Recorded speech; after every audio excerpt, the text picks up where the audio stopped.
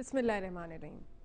नाजरीन, मुबैना MEMU scandal में पाकिस्तानी सदर ने खदशा जाहिर किया था कि साने 2 मई के बाद यानी कि उसामा बिन लादेन को हलाक करने के लिए एबटाबाद में की गई यकतरफा अमरीकी फौजी कार्रवाई पर पाकिस्तान की फौज नाराज थी और बगावत के जरिए सियासी हुकूमत का तख्ता उलटने का मंसूबा बना रही थी।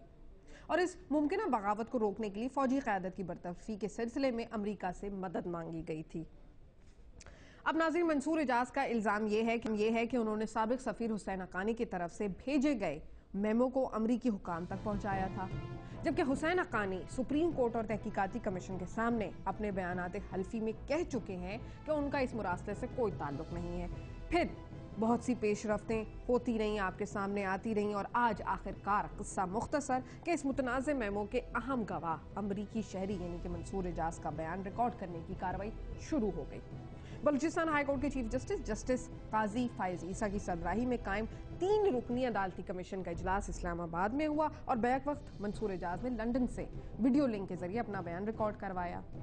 अच्छा, अब साबिक सफीर हुसैन हक्कानी के वकील जाहिद बुखारी साहब का कहना था कि वीडियो लिंक के जरिए किसी भी गवाह से मौसर जरा करना मुमकिन नहीं और चूंकि उनको बरतानिया का वीजा बर वक्त ना मिल सका इसलिए वो जिरा करने लंदन ना जा सके और गवाह से जिरा करना उनका कानूनी हक है और इसके लिए वकील का उसके सामने मौजूद होना भी बहुत जरूरी होता है, क्योंकि कभी गवाह से कड़वे लहजे में बात करनी पड़ती है, कभी प्यार से बात करनी पड़ती है और ये वो प्रोफेशनल टैक्टिक्स होती हैं जो जिसमें ये सब कुछ तमाम चीजें मुमकिन होती हैं। और जब वो मंसूर एजाज के सामने मौजूद हो और जिस तरह दूसरों को फैसिलिटेट किया गया है इस तरह उनको भी किया जाए।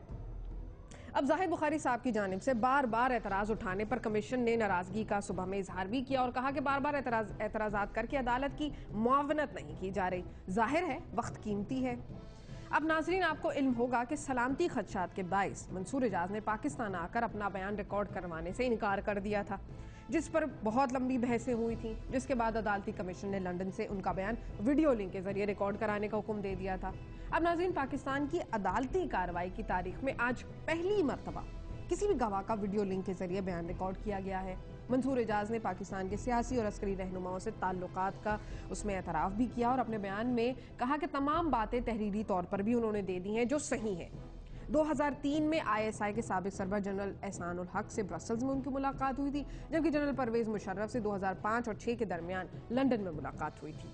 अब पाकिस्तानी हुकाम के साथ उनके ताल्लुकात भी कम हो गए हैं। सदर जब आखिरी दफा मिले थे 2009 में। नाज़रीन, अब भी बहुत से कानूनी नुकात के जवाबात अब भी तलाश करना बाकी हैं, मगर एक सवाल यह है कि अगर मंसूर एजाज लंदन में बैठकर गलत बयानी करे तो इस पर किस मुल्क का कानून मौसर होगा। इसी तरह मंसूर एजाज से हासिल किए जाने वाले सबूत और शवाहिद के बारे में भी कुछ नुकात हैं। मंसूर एजाज और हुसैन हक्कानी के वकला इस्लामाबाद में है। हुसैन हक्कानी के वकील जाहिद बुखारी लंदन जाना चाहते हैं, लेकिन उन्हें बरतानिया का वीजा कल ही मिला, इसलिए वो चाहते हैं कि लंदन जाने की मोहलत भी मिल जाए और उन्होंने मोहलत मांग भी ली है।